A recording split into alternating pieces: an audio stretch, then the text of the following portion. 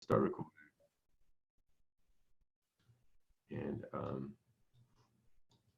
And then I'm going to go back to share screen because I'm going to do some tutorials.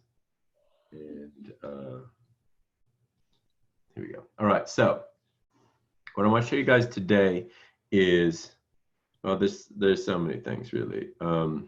But what I want to show you guys is, I promised you guys, well, I don't know if I promised, but I'm going to show you guys how to separate like your line work from. So I'm going to grab this image from, this is in Dropbox, and I'm just going to grab this image. It's not in Dropbox, but it's in our library. So it's something you can work on at home, or you can use your own thing. And what I'm going to do is I'm using this to demonstrate how to use channels to separate.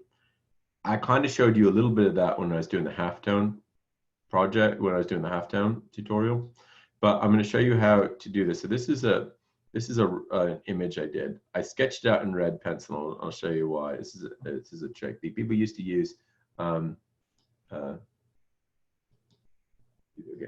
People getting kicked or like.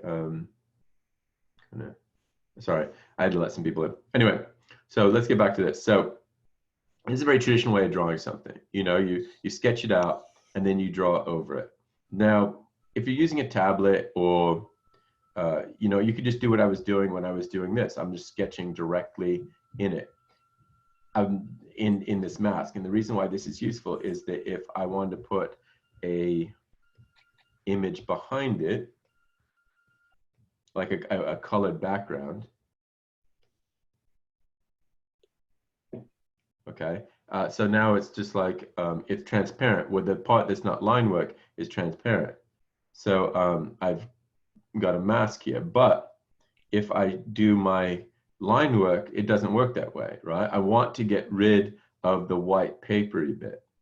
Now, a lot of you guys are using tablets, so maybe you're working directly in here and you don't see the use for this right now, but even if you're working on a tablet, I still like to do, there's techniques, there's colors, and there's, you know, maybe you're not doing your line work this way, but maybe you want to create textures and you want to, you know, create imagery, photography, because this will work for photography as well.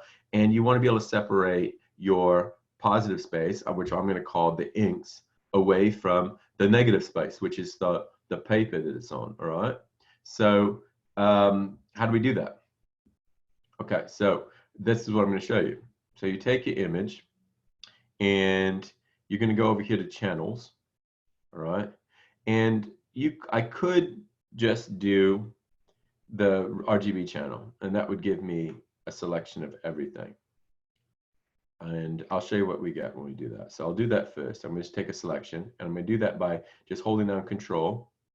When I hold down Control, you can see that I know this is small, but it's got like a little like marquee symbol to it when I hold down Control. And then when I click on it, it's going to give me a selection. But the way masks work is it's going to give me a selection of the white. And what I actually want is a selection of the black, which is easy. If I have the white, then everything that's not white must be black.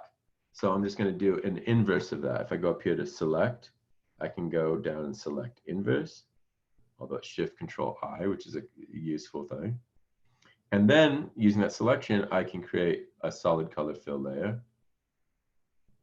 And then if I just get rid of my original, you can see now I've got a transparent version of that. So I got and I can change the color of that whenever I want.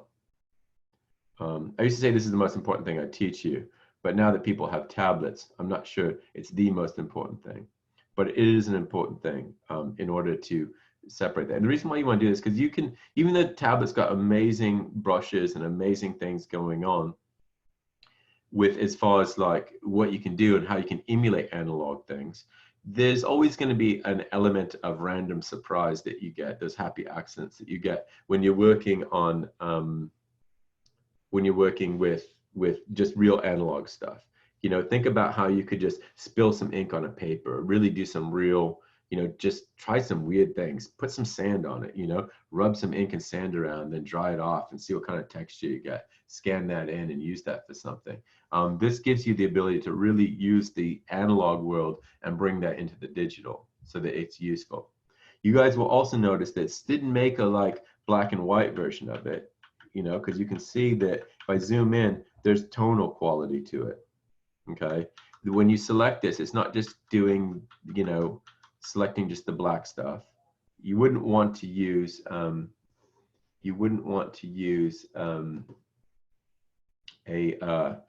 like a lasso tool or like a wand tool. So like, you know, I've seen students or people like try and use like the wand, the magic wand tool to select like the white areas and then delete it, you know, but then you get this halo effect. It's not quite the same deal. And then how do you can't change the color of this. It really limits you. What this does is it creates, in fact, you can kind of see at the edge that my paper wasn't exactly at 100% white. It was like maybe 10% gray. So what I've got here is a representation of that, and maybe I want that. Maybe I want to pick up some of the texture and some of the straight errant line work, and that's all right. I could do that, but a really easy way to get rid of that is if we go into the mask on it. Okay, so I'm going to click on the mask area over here, which is the black and white a little bit, and then if I just do Control L, let me bring that down. It's on one of my other monitors. Give me another second here. So here we've got the levels. And what the levels is, the levels are a graphic representation of all the value that we have in our image. In this case, this mask right here.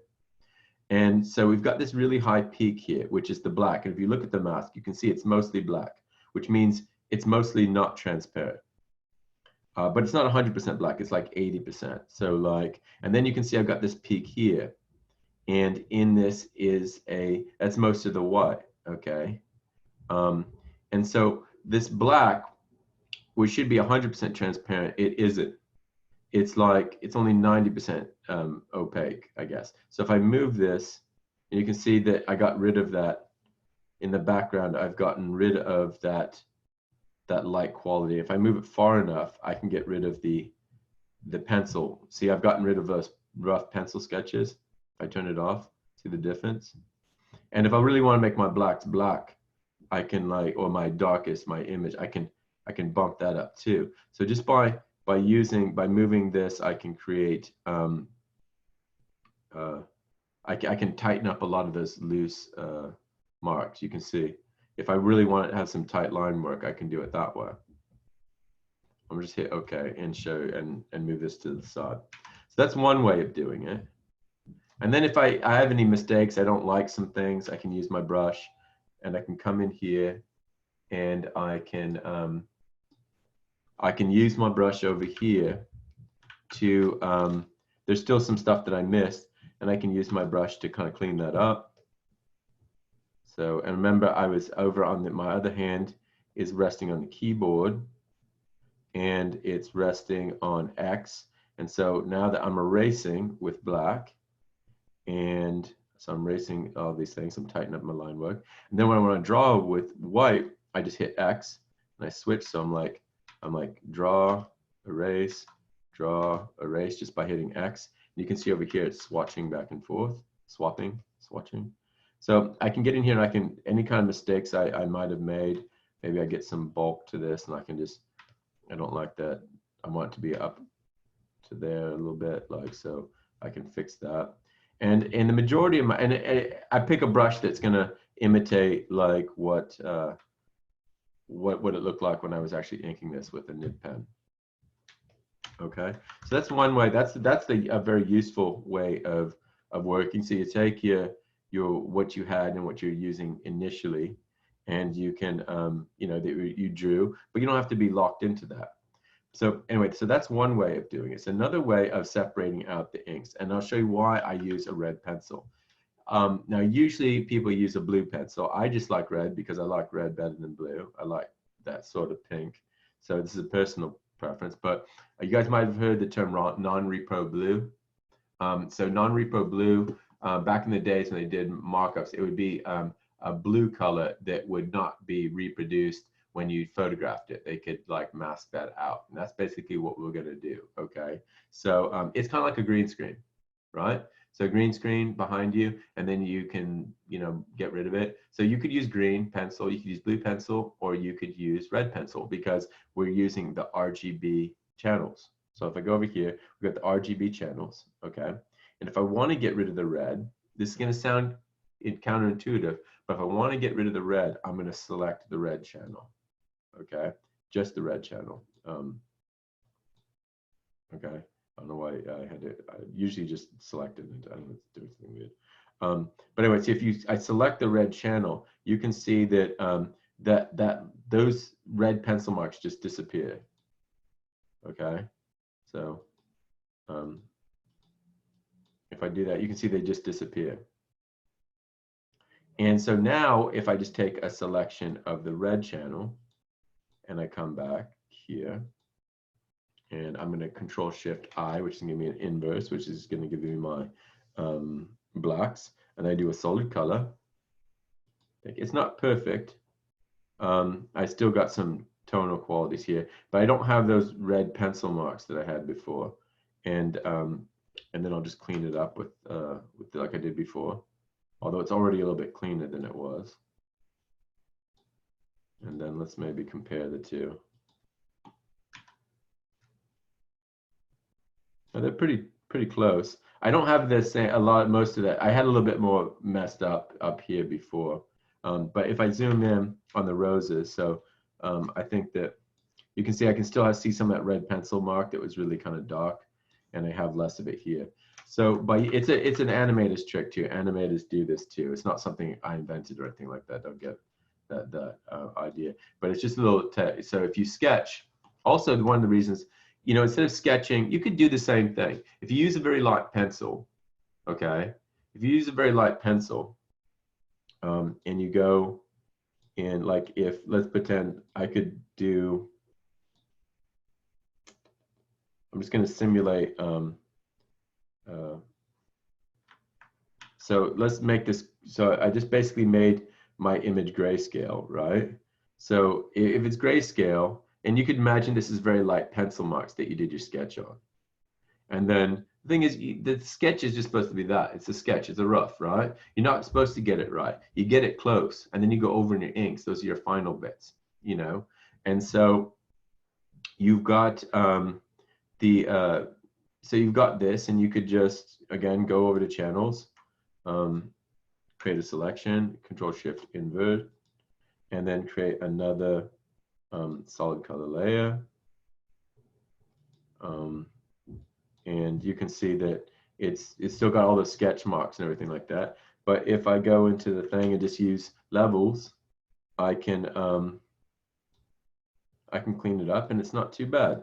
So you can use light pencil, but the reason why I like to use the colored pencil is it helps me see, and this is a personal thing, it helps me see the difference between my sketch marks and my final inks. I feel like the grayscale, it's just another color representation. You know, it's just another thing that's like telling me these are sketch marks and not part of the final line work. So I see lots of people use blues and greens and stuff like that. So if you use a very true red, a very true green or blue, like you know, it should work if you want to work this way. I work with this way so much analog that I often, all my sketches end up being, even if I'm working digitally, I still like sketch in pig. So that's why you'll see me use this color a lot, because I'm just so used to using it in my work that it just becomes a part of the way I work. Except when I do it this way, I'll have a sketch, you know, let's say this is my sketch that I did. And what I'll do is I'll take down the opacity,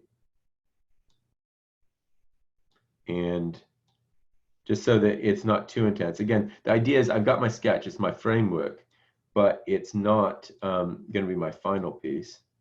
And I'm going to make this black, and then Control I to invert it, and then I could ink over it. So even if I'm working digitally, I still work in the same process. It's a new layer, so I'm already separating it, and then I just like go over this and be like,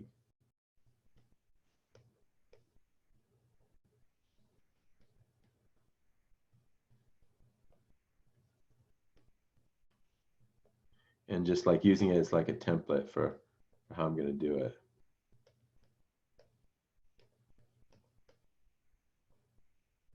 Okay, like that. So, and then I can just turn that off and I've got my inks already separated. So it's a good way to work even, you want to separate, you want to have that sketch phase. You want to have that phase where things can go wrong and you can fix it. And you don't want to just work on your final. It's good to have, and if you look at people, who do a lot of sketching and, when people, illustrators, you'll notice that they'll always sketch things out. Maybe they'll build, especially with anatomy. Look at old school like things. You'll like, way that So let's build a person. It's like, we've got. So I'm building this sketch of this person, and I'm like, and I've got the.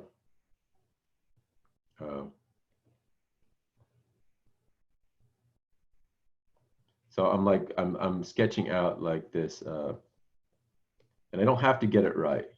I can. This is the time to like make mistakes. So you like, what should they?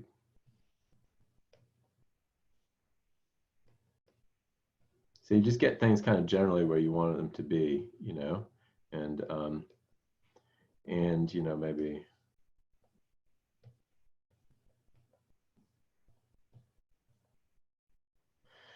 So you get your like sketch, and then I would have my other thing that I would go over it and I would like refine it. Oh, I should probably like put a face on here or something like that. So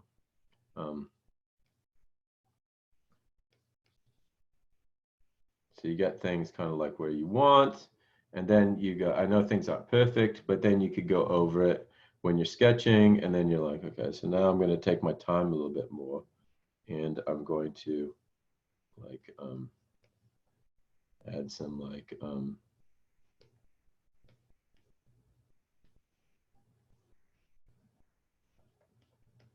once I've kind of found, then I can go through and I don't really like that. So I can go, kind of fix some things. And I don't know what I'm drawing here. I guess I kind of was building on what was going on in the last thing. But I wouldn't attempt this without like having a sketch or something to go from, she needs to, I kind of made her, she needs like a big belt or something. So I guess I'm doing another soldier or something. She's like, okay, I'm gonna stop. I'm not drawing for you guys. I'm just not. This isn't a live drawing thing. But anyway, so that's how I'd work. Okay, when I'm working on something, and but one of the keys is that idea of separating channels. Okay, and that's going to be a big part of doing all kinds of other textural stuff that you might want to get. And adding texture and adding things like that to your work, not just like bringing in line drawings. But I did want something, let's say you're working on a logo, and your logo wants to have a real hand done feel, like you really want it to feel like Sumi Brush or something like that. They got Sumi Brush like type stuff in Photoshop, but it's still just a program. What you kind of want to do is what you kind of want to do is, maybe have those happy accidents that you get when you're like, your sketchbook is full of these little things. You're like, I really like the quality that I'm getting from my sketchbook, and I can't reproduce that in Photoshop. So this is how I'm going to get that image into the digital world so that it can be a logo that has got this grainy, gritty, whatever organic feel to it, because it's not some digitalized vector thing that we started that way. If that makes sense. So any questions about that right now, about using color fill layers? I'm recording this so that it's it's you guys can go back over it too, but I think it's pretty useful. Okay. Well, if anything comes up, throw it in the chat. One of the things that I wanted you guys to think about, if you're using Photoshop, okay, so let's say I've got this image. I'll just use this one that's more refined. Where is it? Okay, so I got this image, and I'm trying to think about my darks and my lights. Okay, so let's say I'm working on my 2-color image right here. So if I'm working with color fill layers, then I know I've got 2 colors. So here I've got my 1 color. Okay, I'm going to make this a darker color though, because I think that's just too light for. So it's going to be dark, but not too dark. All right. So there, and let's say my ground's this blue for whatever reason. And then let's say I want another color. So I'm just gonna rough this in real quick, like this flag. This flag is gonna be my 2nd color. So I'm gonna just do this right below it, a solid color, and I'm gonna make it a little lighter. And then I can go in here with my brush, and I can tighten it up. That was just like a. See what I'm doing a little bit better. I'm just going here and I'm just tightening it up with a brush. It's harder to just fill this in with the brush. It's easier to, if you have big spaces, to create areas of big areas of color using like the lasso tool. And this is also what they call flatting. So in comic books, and you guys can look this up if you're more interested in like how comics are colored and things like that. It's called flatting, where you and it's someone's job to basically mask. It's not even the colorist's job. It's like there's people just flatters, and they basically go through the comic and they, everything that's like going to be a different color, they flat it out into its own space, and then the colorist comes in over it and makes color decisions. But once I've done this, so I got this, and now I got my 2 colors separated on 2 different layers. Now, if I wanted to, I want to have a symbol on here, so I can just work in negative. So now, and this is why I think it's good to work this way in Photoshop if you're working in Photoshop for this project, because what you can do is you can the idea of figure ground is going to make a lot more sense to you because I'm working in the mask. Okay, so the mask is just a black and white interpretation of what we're seeing on screen. So remember, with white allows light to pass through, so it makes the mark, the color comes through. Black blocks the light, so it doesn't let the light come through. And if I'm just working with black and white, I know that I'm not going to be working tonally, all right? And since I know this is my color, it also becomes the ground for like another. So now I can just work in reverse.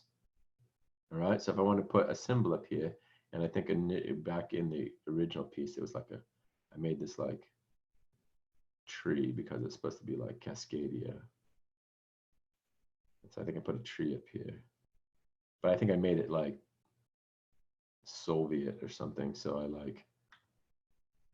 and again, so I can just draw this tree and I put like this laurels or something on it.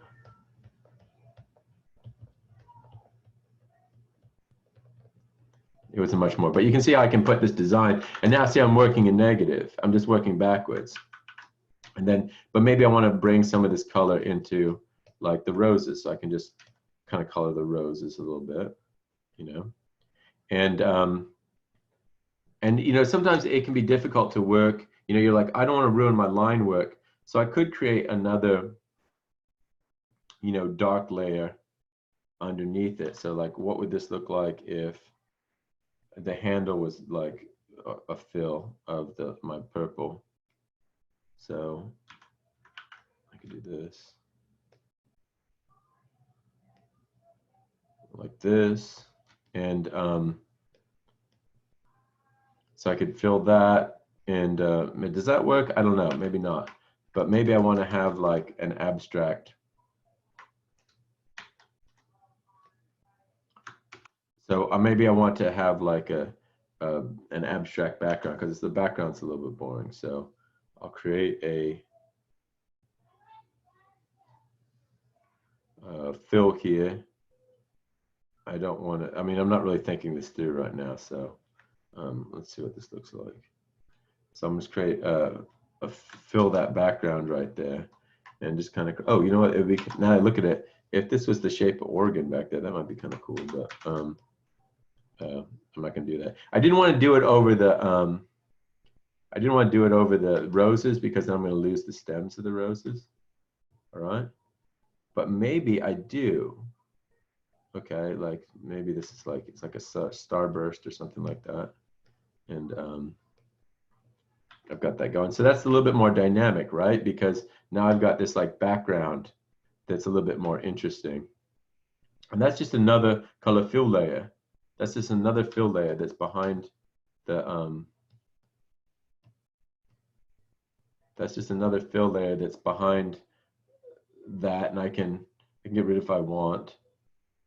I can see what happens. I know it's not gonna look good with the pink, but what do it look like with the pink? And I can draw into it like with the with this. So maybe there's like I don't know, it's like a fist coming through for some reason.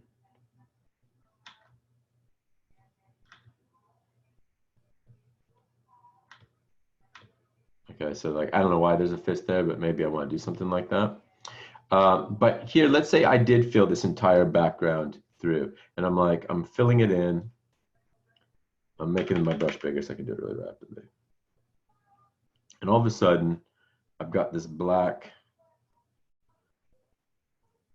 and I'm losing my roses. And the roses were important to me because we're the rose city. And so the roses are lost, right? Except what I can do is I can do a clipping mask on my original line work. And I'm just going to do this. I'm going to create a selection right there. I'm going to make that not a gradient. I'm going to do that. I'm going to make it this color. All right. And then what I'm going to do is I'm going to clip it to this, to my line work. What do I do? I'm going to clip it to this line work, which is Control Alt Shift G, Control Alt G, Control Alt G. And so now I can, because I'm clipping to this, what this is going to do is going to make whatever is underneath it this color, which is, and if I just draw this way, I can make the roses in this pink outline. And then all I want to do is get rid of the pink behind it, and maybe get rid of that part too. So now I don't know, that doesn't look better, but you can, what I wanted to show you guys is how you can use a clipping mask to make some of your line work. You can see if I do draw that down here, so I draw in here, so I'm going to make the staff pink, maybe her whole hand pink, or maybe up here I'll make this so this stands out more. So, so using a combination of these, you can make sure that you're always working with the same colors. So if it's a simple 2-color image, you know, and then at least for me, this helps me think about like where my, you know, thinking about figure ground, thinking about layers to things and what's going on. Let me show you maybe an example of a piece that, because I use it a lot, so I'm sure I'll be able to find, let me see if I can find something quickly of what I'm talking about.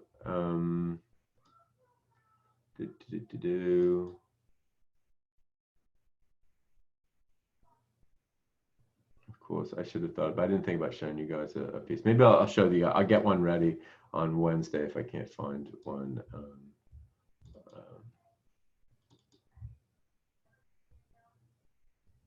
Yeah, for some reason I can't see it. Can't find one. Oh, wait, here maybe. Oh, yeah, here we go.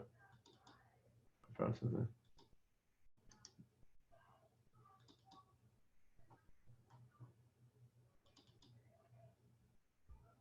I don't know what stage, I'm going to open this. I don't know what stage this is in, to be honest. I'm going to open something. Taking a second. Okay, so here's, I don't know why this is in black and white. So anyway, but it's in black and white, but here's an example of like, over here, I kind of did it. So look over here in this background. You know, we've got some figure ground going on here. You've got, she's the figure on this like London background, and I've got a very simple, you know, just notional representation of like Big Ben and then this door, and then her skirt, this very flared Georgian like turn century like skirt. It becomes the ground for this. And if you look over here, I don't know why this is all black and white, but it works. So you can see this is just, if I take, this is all just one color. I think there's like 3 colors basically here.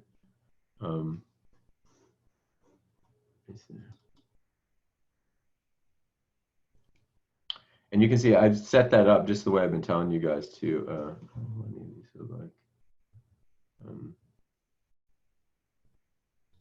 Maybe I was like seeing like a value before I played with color. Trying to find one that it's like an earlier one. I don't know why I saw in black and white. I think maybe I was just working in black and white before I brought it in color.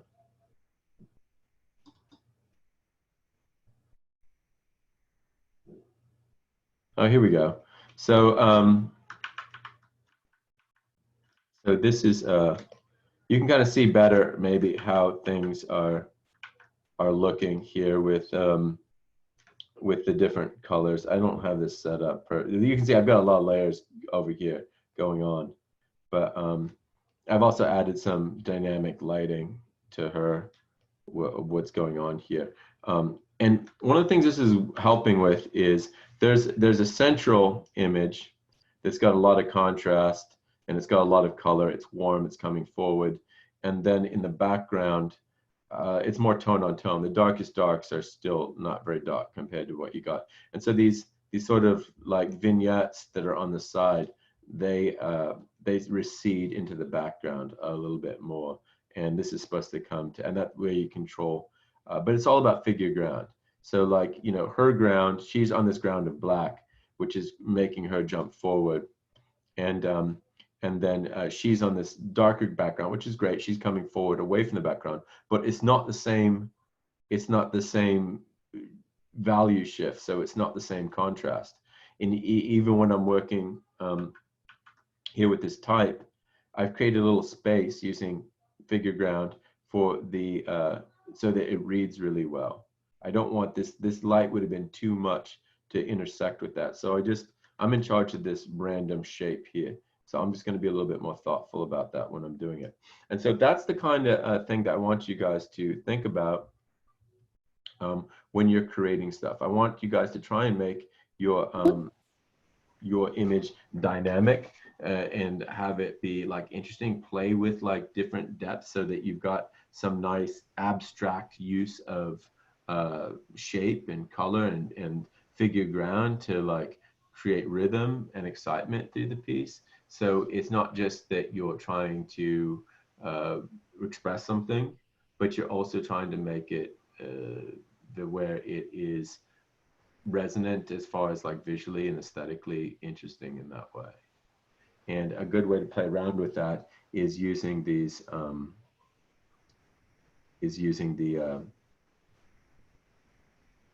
these color fill layers and things like that can just help you. And then of course, when you're exploring color, it makes it really easy to explore color because I can just rapidly like, you know, what is this going to look like if this is green? And so I can keep changing that, and I could change this to light blue like that. How's that going to look? I don't know. I can do it that way. But another thing that is useful, I'm kind of sidetracking myself here, but another thing that's useful is, let's say you got your image like this, is creating and using hue and saturation contrast, and value. I think it's black, HSB or HSV. So by creating this layer here, I can rapidly explore a bunch of different colors by just, moving this slider. And so I can kind of see how all this looks really quickly. And maybe it's not, but oh, I kind of like that better. That's kind of nice. So maybe I like that, but that pink's a little too intense. So I'm just going to bring the saturation down a little bit, maybe make the whole thing a little bit brighter. And so I can rapidly explore color really easily that way. And I do actually like that better for whatever reason. I'm responding well to that. But and it may not get you perfect, but it may get you more in and one of the things that I'm always trying to tell students is explore color more, but it's hard if you've got this really detailed design that you're all working on the same layer, using the same colors, all mixed in together. It really becomes hard to pick one color to change. You can do it with the hue and saturation, because I could also just, if I reset this, what I could also do is just pick, I go up here and I could just pick like cyans. Well, let me do magentas because I think that's gonna, and I could just move the colors on the magentas. So you can see the red color that's in the background is not changing. And if I had a lot more colors, I could kind of change it. That's kind of cool right there. I can desaturate or reset and make it more saturated. And then once I get a color that's kind of I like, what I can do is I could just color sample that. And I want to get out of the layer mask. I could just color sample that, and then I could go back and change my color fill layers to represent that. And so these are just like techniques on how you use the tools that are already built into Photoshop to explore. And remember, exploration and iteration is going to be a big part of how you work and things like that. This is going to be really great. I find it a really great way to work and do things and explore these things differently. And I'm not sure how things work in Procreate. I know a lot of you guys are using it, but maybe these aren't so much just like, let's use the tools this way. It's a lot of, let's use these strategies in order to work. So using layers, using separating your colors onto layers, because this is going to be really helpful when you go to, if you want to print this off as a transparency for a positive, then you can go in, you can like, everything, your blacks are going to be your blacks, and this would be, so I just change all my dark colors to black, and all these colors to white.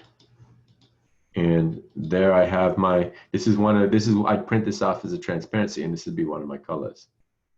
And then I would just do the opposite for the other one, and that would be my other transparency. And one thing that you might want to think about is how things overlap. So right now, I really can't see any overlapping because I made these things 100% opaque. But if I take my opacity down and just a little bit, and then I hit multiply, that's gonna show me a little bit more of like where I'm overlapping. So if I were to print these two colors, and I use now here's the thing, like people are like, how do you make it look like it's that got that screen printy effect of overlapping, and there's no one right way to do it, because when you're screen printing, what you do is you'd use different amounts of transparency base. So the more transparency base you use, the more, when you're printing in your inks, the more transparency you're going to get. Okay, it's also the less intense color you're going to get. So like you can kind of simulate that a little bit by opacity, but there's nothing that's going to be 100% like screen printing, because it just doesn't translate into the digital world the same way. And a lot of times when I'm screen printing, I'm not sure what's going to happen. I'm not going to sure where the colors are going to interact in a certain way, you know, because they're literally pigments on paper with a depth and a, you know, one's over the other one, and it's going to feel different if I put a lighter color over a darker color or a darker color over a light color. It depends upon the quality of the inks, a lot of things. So, you know, these are just where you can play around with something that's, you know, kind of feels right. But no, if you want to print it that way, you're not going to get it exactly the way it looks. I usually am more happy with the way it comes out in the screen print than the way I mocked it up. But you know, it just takes experience to understand that. For what you guys are doing when you're final, if you do want to like have that third overlapping color, you can play with it by that, by using like a multiply and taking the opacity down a little bit. I would take the opacity down a little bit and not just do multiply, because multiply feels like a very digital thing.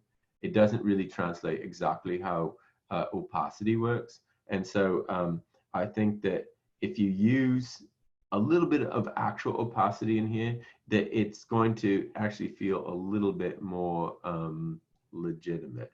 And so you can see what's going to happen here. If I do have this, and then I color underneath some of this. So if I color underneath some of, you can see the, what am I doing? Which one did I multiply? That one. Okay, so there we go. Oh, and I've got this, so I got to take care of it. So if I can make some of these things kind of a little bit darker, and you can see that if I can kind of create like almost another color. Actually, I'll do this on. So this clip could almost feel like it's a little darker than the rest of it by the way it's overlapping, or maybe the strap that she's got, you know, can make it feel a little different just by the way that overlaps, and that's like a feel that you can get with it. So think about that too. It's like just simulating that opacity in your thing to get that feel. But it's that idea of getting certain colors going to overlap to produce a really obvious third color, darker color, usually contrasting colors, you know. Other ones, it's going to be more subtle, like what I've got going on here, because they're close in color, so you're not getting too much. And like I said, multiply isn't the exact perfect like thing, but it'll get you a little bit closer, something to play around with.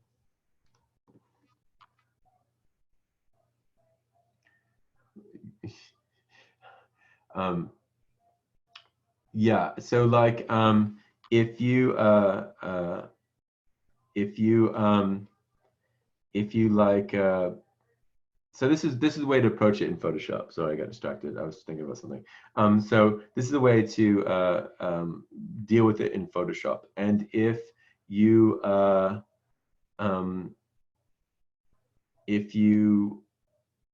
I prefer to work in Illustrator, well, I'm going to switch over to that really quick and just show you a couple things, all right? Because that's like more of a whole kind of class thing too. So I'm going to, well, here we are over in Photoshop, okay?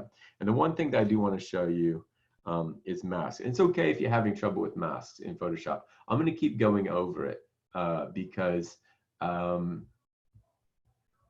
so I'm going to keep going over it a bunch. Okay, masks I find is one of the hardest things. It's one of the things I think if you're using these tools to their fullest potential, they're the ones that are going to work something you're going to use a lot, right? But sometimes I feel like for people to get their head around what a mask is and how it works, it's kind of hard, you know. So I'm just going to keep doing it. I haven't found a great way of explaining it. I think it's something you should have learned like in 210 or like 120, or you should have learned it by now. But I find it's okay if you haven't. All right, like it just kind of depends who you've gotten from a professor, you know. But I'm going to make sure that you guys kind of understand it better before we leave. So I'm going to keep going over it. And we're going to keep talking about it. But we also use masks in Illustrator as well. And one of the ways that I'm going to show you how we do this is, and it works a little bit differently. So here I've got a shape that's this purple shape, right? It's just a circle, okay? And before, what I wanted to do is I wanted to create a sort of darker, I think I kind of did that. So I've got this other, I'm going to bring this back, the halftone. So I wanted to feel like it's got like a shadow from this this halftone that we created. Now, it's really easy to do that in Photoshop. I could just clip it to it and it would just, and I showed you a couple times how we did that. And I'll keep showing you guys if you guys don't, you know, we can keep going at it. And so I want to show you how we can do that in Illustrator. So we're going to make a mask, all right? So I'm going to copy, we want it to just be the shape of the circle. So I'm going to use the circle as a shape. I'm going to copy that. So that's Control C, and then Control Shift V is going to put it right in there. I'm going to select this and the shape that's underneath it that I want to mask, okay? Select both those things. I'm going to go up here, Object, and I'm used to doing it. It's Control 8, but I gotta look where it is.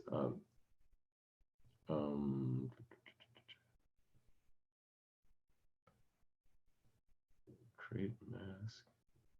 Oh, wait, here, clipping mask. Okay, make. It's Control 7. Okay.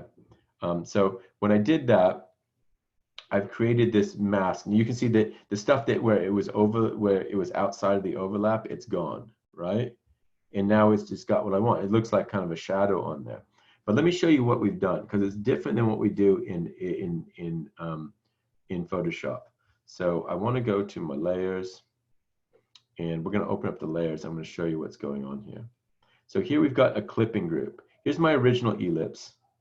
Okay, I can turn that off, and we have it next to it. I can turn that off, and you can see that ellipse is gone. All right. What I do is I copied that and I put it above it, and now I've created this clipping group. Now the ellipse is now invisible. It acts like a keyhole. You know, you ever know like when you see like some of the illustration when someone's spying through a keyhole, they're like looking through they're like, and they show the keyhole and then there's like an image inside it, right?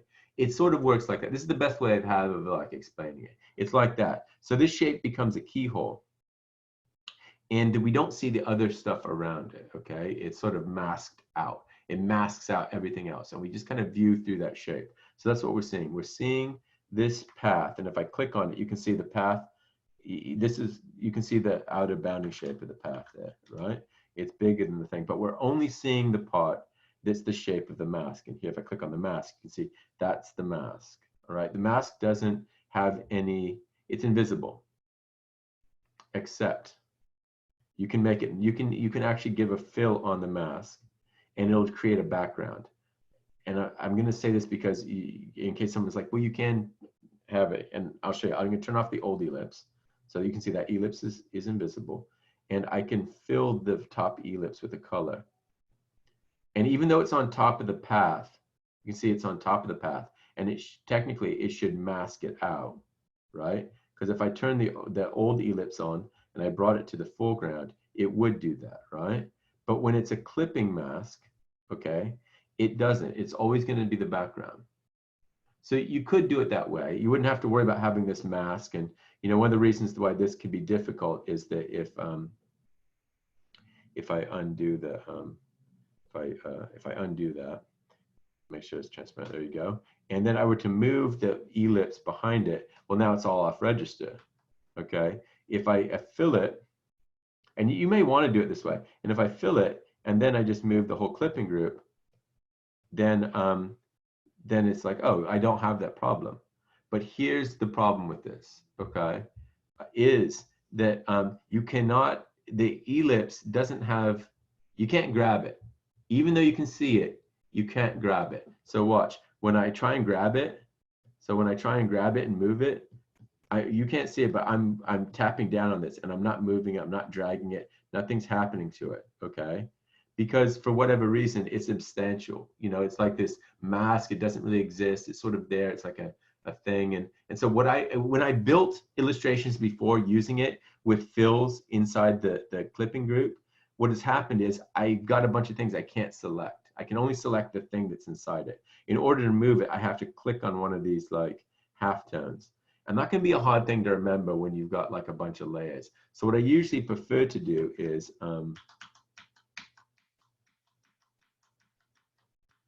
okay, what I prefer to do normally is to just make these into a group together. So select both of the things and just Command G, group them, and now I got a group. I got a group that's like the clipping group and then the ellipse. So then if I grab this, then they don't become unregistered. And if you're like, oh, but there's going to be so many groups and stuff like that, well, that's what isolation mode is for. So if I want to edit this and I want to like worry about this, like I can just double click on it and go into isolation mode, or I can click on it and go into isolation mode by doing this up here. Okay. So the point of it, and you guys might have done this accidentally. If you're not using isolation mode in Illustrator, you're really probably, you're probably giving yourself a lot of headaches. Isolation mode is great because, let me undo it. Let's say I've got another image behind it. Wait, sorry. So I gotta fill this with the color, and I gotta put it behind it. And then I'm trying to select something, you know, but then sometimes I'm selecting the thing behind it, and you know, like I want to adjust this. But I can't grab the handle because I keep adjusting, moving this thing. It's really frustrating. That's why you go into isolation mode, and then I grab the handle, and it's like I'm not interacting with anything else in the image, and just lets me kind of work free this way. I can also go deeper into isolation mode, and I can go, now I'm just inside the mask, and now I can move around. Now that I'm just in the mask, I can change this shape without having to worry about, this is going to change the whole feel of it, but I can change this and then go back, and I got that, and I don't have to worry about it. Isolation mode is a super useful tool in that manner. All right, so that is what I want to show you guys today.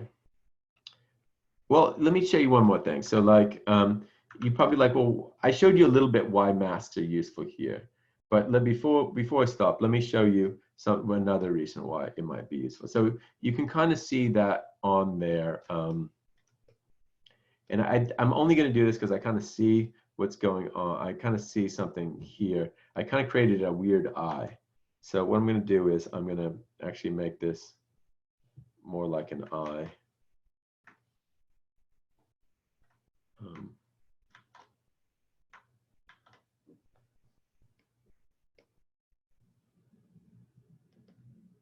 So I'm just going to try and make this an eye a little bit. If I make this, see, I'm kind of just doing this real quickly. So I got kind of an eye, and that's great if my eye is just in the center. But let's say I've got this really detailed iris, and then my art director comes to me and says, like, Rory, I want this eye to be looking down. It's really important. Well, now I can just create another mask. So I'm going to copy this, Command C, and then I'm going to paste it in place. Or I can paste it in front, Command F. Oh, didn't that work? No, paste it in place. I don't know why Command F didn't work. And then I'm going to create another layer mask, which is Control 7, Command 7. And now I've got this, and then if I go into isolation mode, I can move it around. So it can be looking this way or down or up or over here, you know. I mean, it doesn't really look like an eye anymore, but it's a way of like creating something that you can kind of play around with and stuff like that. Maybe if I I need to. So what I can do is I can throw this. I'll show you one thing that I just ran into here. So I wanted to make the eye squishier. And so what I'm going to do is I'm going to take this path, oh, I know why I was doing paste in front. I was doing paste in front, and I didn't have the right thing that I wanted to paste it in front on selected, so that's why I wasn't pasting in front.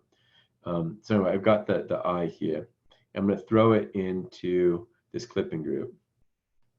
I'm going to move it to the background, and now I can change the shape of the clipping group if I just select the clipping group. So I can change the shape. So this is what I kind of want to do. I want to make it more eye-like. And I can change the outer path and just make sure that this is like super big. You know, sometimes I'll create a clipping path and then I'll just like put a shape behind it. It's like a rectangle or something like that. And I just drop that in the clipping group. And I'll just have the background of the clipping group be the, you know, like just a shape that's inside there.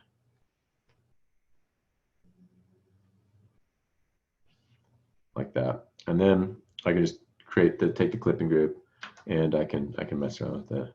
I don't have to worry about having that shape that's underneath it not be right anymore because I'm changing the shape of everything. And then I can move this around in there. So as you're building things, this could be kind of a fun way of working. I'm going to go over the shape. The thing is that you can use a shape building tool to make really cool things like that too. But one of the problems with the shape, and I'm going to talk about the shape building tool on Wednesday. It's going to be the main thing that I talk about. But like the problem with the shape building tool is once you've created a shape, right? So here we, so let's say I got a shape here, and I'm going to fill it with yellow, and I'm going to do a circle and to make it purple. And so I'm going to do two versions of this. One,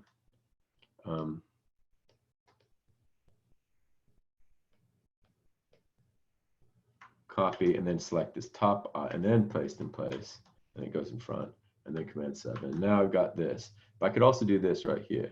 So select these two, and I'm going to go over more of the shape tool on Wednesday. And then where's my shape tool? Here we go.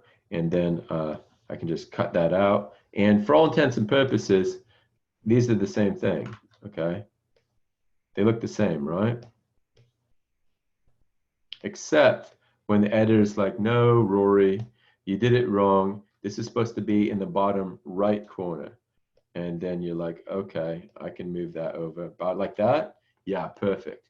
Do that with this. Uh-oh, wait, doesn't work, right? I'm not, I can't do it, you know, like I got this cool shape, but it doesn't allow me to edit. Now, you don't, there's sometimes you do want it like this, you know, and sometimes you want it like this, but it's important to know the difference. And there's two different tools for that. So like, you